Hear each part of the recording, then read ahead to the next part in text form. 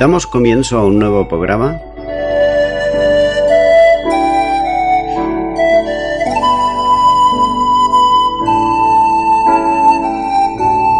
Servidores de Dios. Quien te habla es Manuel Cornejo.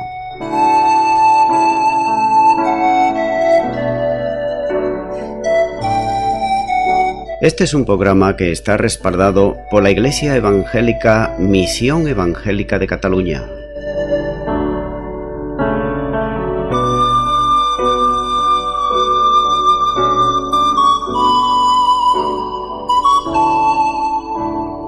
Estamos situados en la ciudad de Sabadell, en la avenida Matadepera número 239.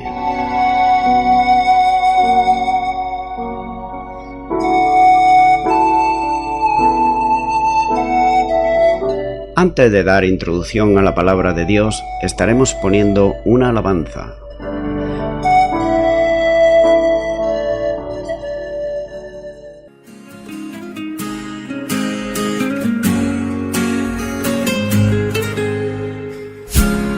Mi despertar y mi atardecer, todo se lo debo a Él. Si en mi vivir no existiera Él, no sé qué sería de mí, porque todo se lo debo a Él.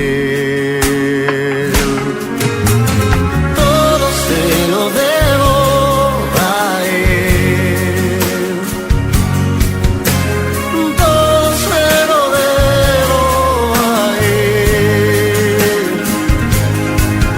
Mi vida y sustento, mi fuerza y esperanza,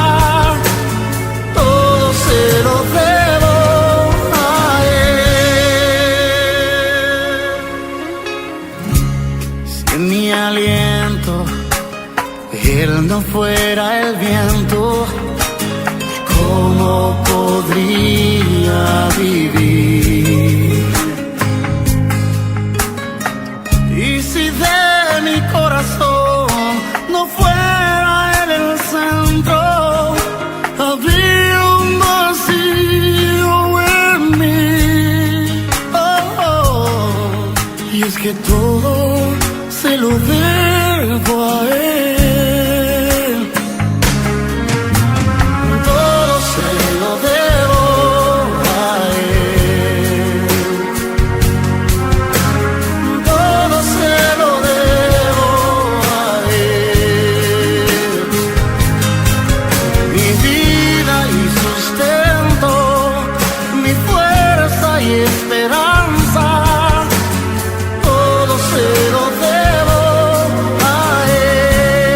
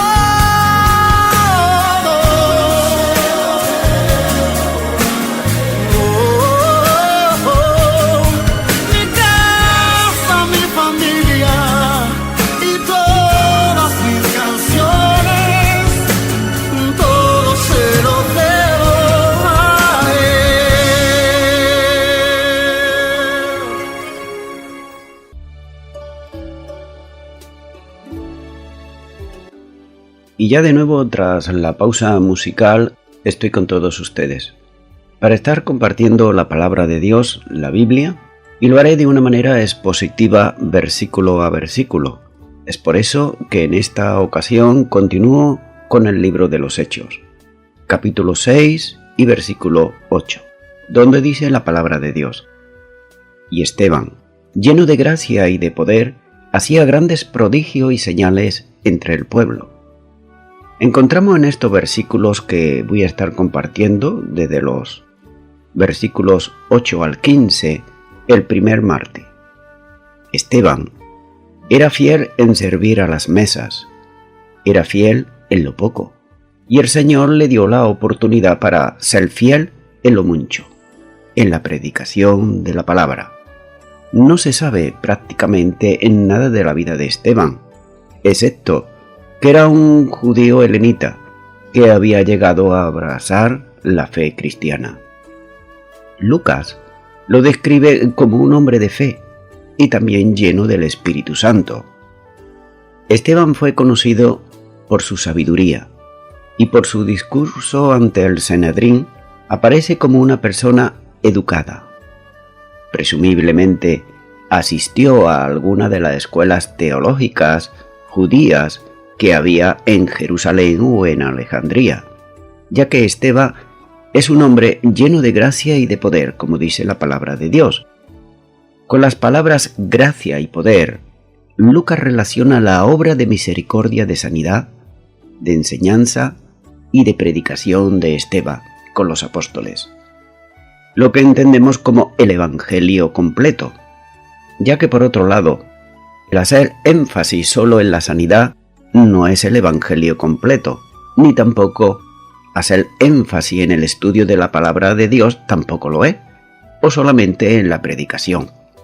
Esteban estaba demostrando la verdad del Evangelio, con predicación del Evangelio, como enseñanza de la palabra y también con sanidades. En un contexto anterior, escribe que los apóstoles continuaron proclamando la resurrección de Jesús con gran poder y experimentaron abundante gracia, tal como nos dice Hechos capítulo 4 y versículo 33. Es entonces cuando Dios bendice la obra de Esteban en la misma forma en que bendijo también el trabajo de los apóstoles. Lucas rara vez califica los milagros y maravillas hechas por los apóstoles, pero en el caso de Esteban afirma que las maravillas y señales eran grandes. En el idioma griego, el tiempo indica que Esteban continuó haciéndolas. No estaba claro si él ya había realizado milagros antes de ser ordenado por los apóstoles, pero es probable que así hubiera pasado. Las grandes maravillas y señales que describen precisamente el ministerio de sanidad de Esteban. Especialmente por estos milagros él fue bendecido para el pueblo, y pese a ello, dentro de poco, sus compatriotas le iban a matar. Continúo ahora con los versículos 9 y 10 de este capítulo 6 del libro de los Hechos, donde sigue diciendo la palabra de Dios. Entonces se levantaron unos de la sinagoga llamados de los libertos, y de los de Cirene, de Alejandría, de Cilicia y de Asia, disputando con Esteban, pero no podían resistir a la sabiduría y al espíritu con que hablaba. Habla en primer lugar en el versículo 9 de la sinagoga de los libertinos, es decir, judíos libertados, cautivos romanos o los hijos de ellos, expulsados precisamente de Roma, como se ve, y así lo explica el historiador Josefo y Tácito también. Y dice que ahora estos residían en Jerusalén, y también había los de Cireneos, judíos de Cirene, en Libia, sobre la costa africana, y de los de Cilicia, entre los que puede haber estado precisamente Saulo de Tarso. Se conoce una sinagoga helénica en Jerusalén perteneciente al periodo anterior en el año 70 después de Cristo, ya que una inscripción griega lo coloca como su fundador, Teodoto, descubierta en Orfel, en el año 1913 al 1914. Se ha sostenido, sin embargo, que esta era la misma sinagoga a la que se refiere Lucas aquí en este versículo. Pero, ¿por qué disputaban con Esteban y no con los apóstoles mismos? Tal vez porque tenían a estos como a hombres sin letra y del vulgo, como dice en Hechos capítulo 4 y versículo 13. O quizás el gran celo evangelístico de Esteban le llevó espontáneamente o por designación de los demás discípulos a enfrentarse en discusión con dichos oponentes al Evangelio y a la palabra de Dios. Entonces podemos apreciar que la enseñanza de Esteban provocó una viva oposición y probablemente se concertó un debate serio. El tema exacto del debate no se menciona. Sin duda que el tema central sería el mesiazgo de Jesús, que Esteban expuso las implicaciones de este mesiazgo de modo más interesante que los que había hecho hasta allí sus hermanos en la fe, ya que con referencia a la permanente validez de la ley de Moisés y especialmente a la del orden del templo.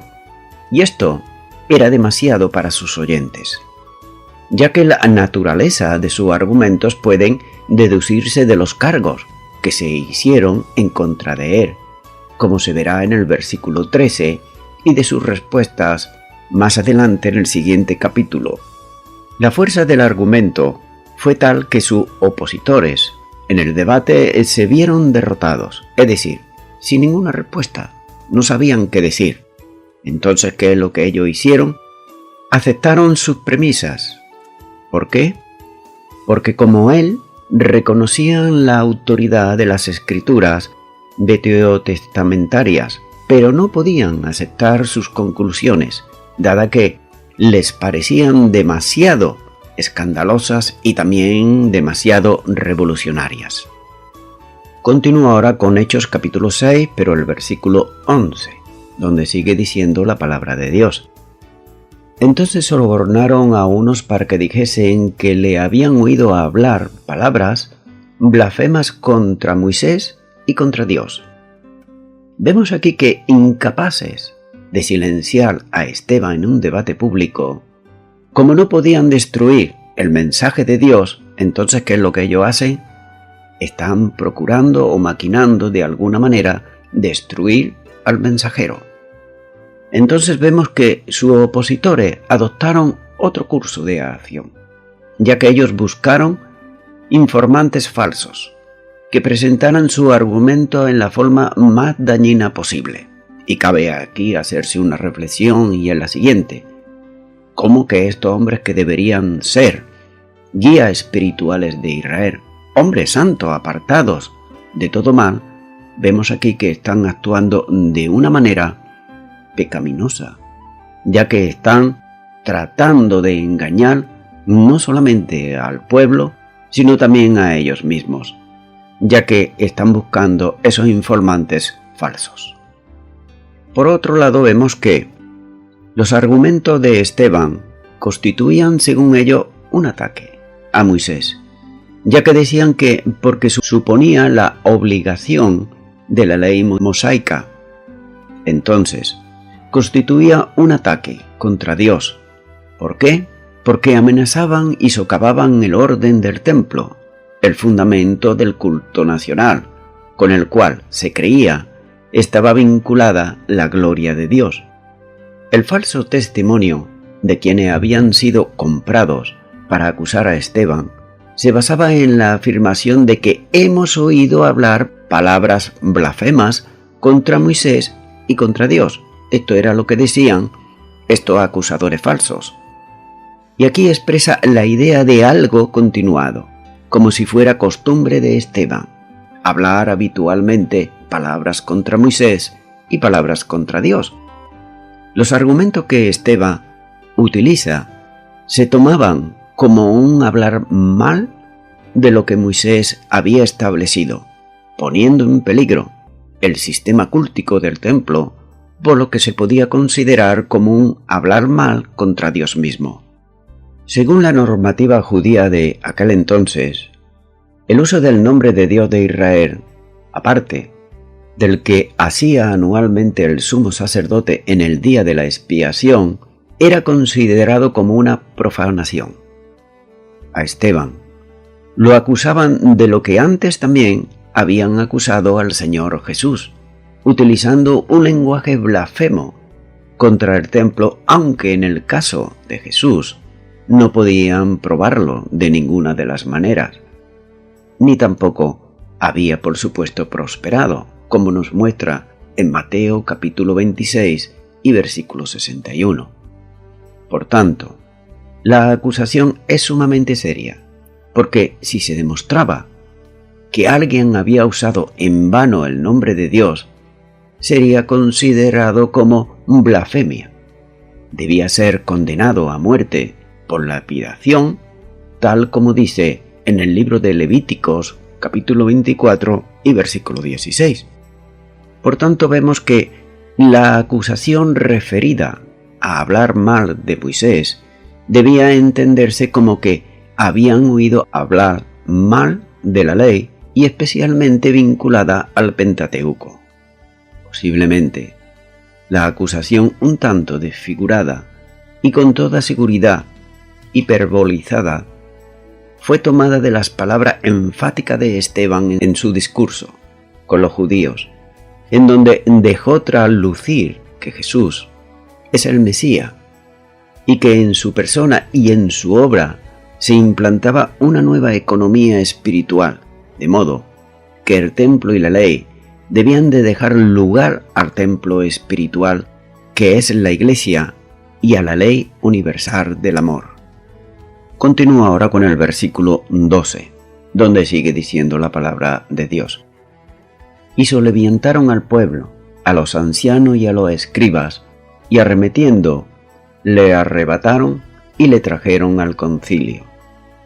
El cargo que se le hacía a Esteban era tanto más peligroso cuanto era algo que irritaba al pueblo de Jerusalén, ya que cualquier amenaza al templo, real o imaginario, no solo era una ofensa a sus sentimientos religiosos, no, sino que también era una amenaza a sus medios de vida, es decir, la vida económica de la ciudad y de sus residentes dependía especialmente del templo y de las personas que venían de vez en cuando a este templo.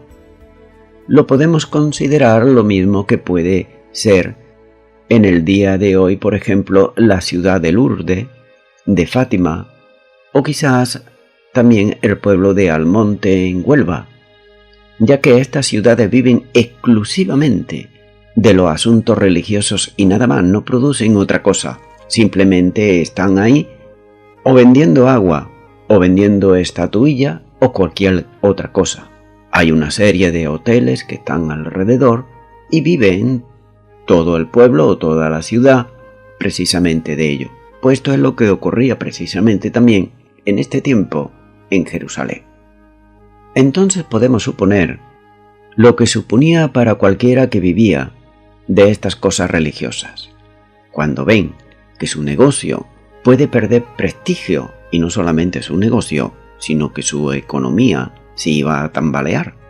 Como vemos en el libro de los Hechos aquí, más adelante capítulo 19, a partir del versículo 24, donde dice: porque un platero llamado Demetrio, que hacía de plata templecillos de Diana, daba no poca ganancia a los artífices, a los cuales, reunidos con los obreros del mismo oficio, dijo: varones, sabéis que de este oficio obtenemos nuestras riquezas, pero veis y oís que este Pablo, no solamente en Éfeso, sino en casi toda Asia, ha apartado a muchas gentes con persuasión, diciendo que no son dioses de los que se hacen con las manos, y no solamente hay peligro de que este nuestro negocio venga a desacreditarse, sino también que el templo de la gran diosa Diana sea estimado en nada y comience a ser destruida la majestad de aquella a quien venera toda Asia y el mundo entero. Vemos aquí cómo estos hombres vivían precisamente, pues eso de hacer estatuillas de oro, de plata, de bronce, de lo que fuera, pero vivían precisamente de esto. Es lo mismo que estaba ocurriendo también en Jerusalén en aquel tiempo. Por tanto, los religiosos pues no se iban a quedar de brazos cruzados. Por tanto, la estrategia de ello era soliviantar contra Esteban no solo a las autoridades, al Sanedrín, sino también a la turba, es decir, a todo el pueblo, a fin de que el Sanedrín opinaba que no era reo de muerte. Por un lado, pudiera obligar al tribunal a sentenciarle por la intervención tumultuosa de las masas populares. Es decir, que ellos estaban actuando aquí de dos maneras. Si les fallaba una, tenían la otra. Por eso ellos también hallaron medios de soliviantar contra él a los ancianos y a los escribas, a fin de que si el pueblo se volvía a favor de él, pudiesen prevalecer con el apoyo de las autoridades y también, como acabo de decir, de los ancianos y de los escribas. Así, no dudaban de que se saldrían con la suya al tener dos barajas con las cuales poder jugar y sentenciar a Esteban. Sigue diciendo este versículo 12 que arremetieron, le arrebataron y le trajeron al concilio. La multitud soliviantada buscó hasta dar con Esteban, y cayeron sobre él, arrebatándolo para llevarlo violentamente hasta el Sanedrín. Los verbos que se utilizan aquí están usados en esa oración y son muy intensos, especialmente en forma arrebataron, esto es, lo tomaron, arrastrándolo de donde él estaba. Los miembros del Sanedrín, considerado la oportunidad de llevar a Esteban para que compareciese delante del tribunal. Es interesante apreciar que el pueblo ya no estaba a favor de Esteban. Este había hecho en medio del pueblo señales, prodigios que impactaban a todos. Pero la veleidad de la gente es típica, haciendo que circunstancias hagan cambiar su actitud en cualquier momento. Y es la tercera vez en el relato de Hechos que el Sanedrín hace comparecer a juicio a los cristianos como hizo anteriormente ya en Hechos capítulo 4 versículo 3 y capítulo 5 versículo 18. Y una vez más hay que hacer hincapié en muchas veces las personas cómo cambian radicalmente. En otras palabras, hay un dicho que dice que cada uno se arrima al fuego que más calienta. Y aquí lo podemos ver. En este tiempo, este pueblo, que había visto, como he dicho, esas señales, esos milagros, que habían hecho bien al pueblo, pues ahora no dudaban en arremeter en contra de él. Continúo con el versículo 13, donde sigue diciendo la palabra de Dios, y pusieron testigos falsos que decían: este hombre no cesa de hablar palabras blasfemas contra este lugar santo y contra la ley. Los testigos en el juicio contra Esteban se presentan como una acusación inventada de que Esteban nunca deja de hablar en contra de la ley de Moisés y en contra del templo y todo lo que comprendía. La frase "este hombre no cesa de hablar" es obviamente una exageración, ya que Esteban proclama las buenas nuevas y la acompaña también con grandes milagros. Sin embargo, los falsos testigos lo presentan como un revolucionario que está subvirtiendo la religión judía. Es enfático lo que ellos dicen en este lugar. Se están refiriendo al templo y su servicio y no a toda la ciudad de Jerusalén. El lugar de reunión del Sanedrín pudo haber estado situado en el área del templo, en el lado occidental de la muralla circundante. Y el cargo de que Esteban hablaba en contra de la ley en el Antiguo Testamento tiene todos los visos de una exageración. Jesús mismo enseñó que Él no vino a abolir la ley y a los profetas, sino a cumplirla, tal y como nos dice en el Evangelio de Mateo, capítulo 5 y versículo 17. Continúa ahora con el versículo 14, donde sigue diciendo la palabra de Dios. Pues le hemos oído decir que ese Jesús de Nazaret destruirá este templo y cambiará las costumbres que nos dio Moisés. Como en el juicio contra Jesús, estos testigos falsos decían parte de la verdad, pero estaban distorsionando por la forma en que ellos lo estaban presentando, ya que la acusación es que Jesús habló en contra de las costumbres que Moisés había transmitido. Sin embargo, los testigos hablan generalidades, pero no dan detalles. Jesús se opuso a las tradiciones que anulaban las claras enseñanzas de las Escrituras, tal como dice Mateo 15 y versículo 6, pero siempre enseñó el cumplimiento de la palabra de Dios. Continúo con el versículo 15 de Hechos capítulo 6, donde sigue diciendo la palabra de Dios. Entonces, todos los que estaban sentados en el concilio, al fijar los ojos en él, vieron su rostro como el rostro de un ángel. Esteban estaba de pie, en el semicírculo donde antes fue también interrogado Pedro, y podemos imaginar todos los miembros del Sanedrín fijando sus ojos en él, ya que estaban atentos a todas las respuestas que él podía dar, pero ellos apreciaron algo en su rostro, algo que no era usual, algo que no era normal, y que era un resplandor divino parece envolverle. Lucas escribe que el rostro de Esteban era como el rostro de un ángel. Pero sin embargo, hay que tener en cuenta que Lucas recibió detalles de este juicio de parte de un testigo ocular, como el apóstol Pablo, quien en su discurso a la muchedumbre en Jerusalén admitió libremente haber tomado parte en la muerte de Esteban, tal y como dice Hechos capítulo 22 y versículo 20. Pablo, entonces, era uno de aquellos que vieron la transformación facial de Esteban, pero a pesar de ese resplandor sobrenatural que lo envolvía, los miembros del Sanedrín no quisieron escuchar su llamado a que entendieran el Evangelio de Jesucristo. Y voy concluyendo ya con esto. Y haciendo una reflexión sobre este capítulo 6, podemos apreciar ya desde el versículo 1 descontento entre los discípulos acerca de la distribución de los alimentos. Vemos por otro lado también que ese descontento les llevó a murmurar, a la crítica. La crítica no constructiva nunca son buenas. Las constructivas sí, pero no las destructivas.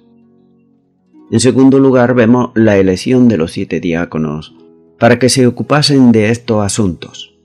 Los primeros diáconos para servir a los necesitados. Y simplemente para hacer eso deberían de estar ellos llenos del Espíritu Santo de Dios.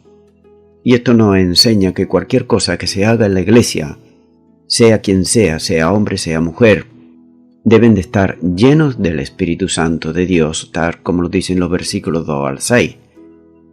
En tercer lugar, podemos apreciar el crecimiento de la iglesia. Siempre que la iglesia busque la voluntad del Señor, Él, Dios, la bendecirá. ¿Y cómo la bendecirá? Añadiendo almas al cuidado de los apóstoles.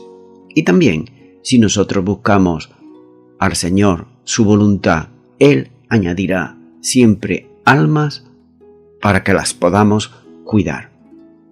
En cuarto lugar, vemos una referencia especial al diácono de Esteban, quien fue arrestado y llevado ante el Sanedrín, Y podemos apreciar que siempre que un cristiano o una cristiana proclama el Evangelio a este mundo, suele haber problemas.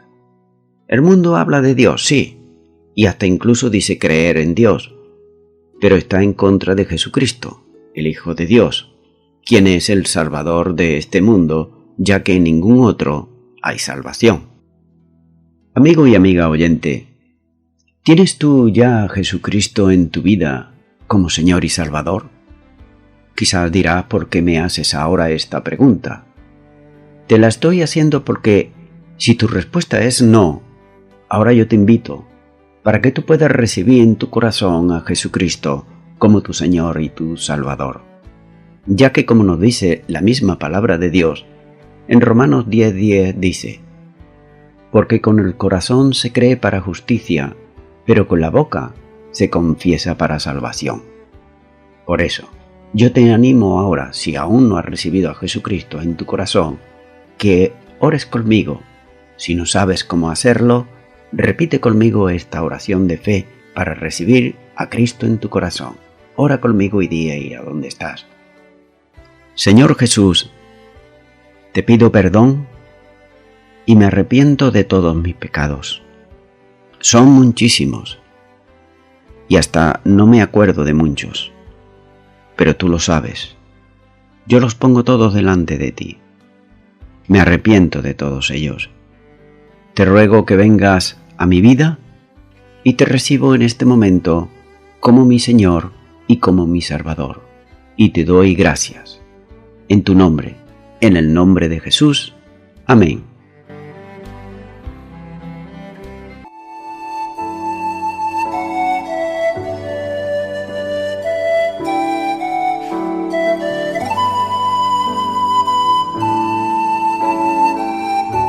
Te recuerdo que estamos situados en la ciudad de Sabadell, en la avenida Matadepera 239. Los horarios de culto son los siguientes. El miércoles a las 7 de la tarde, culto de oración. El viernes a las 7 de la tarde, estudio bíblico. Y el domingo por la mañana, a las 11 de la mañana, alabanza, adoración y escuela dominical. Y por la tarde, a partir de las 6 de la tarde, predicación de la palabra de Dios.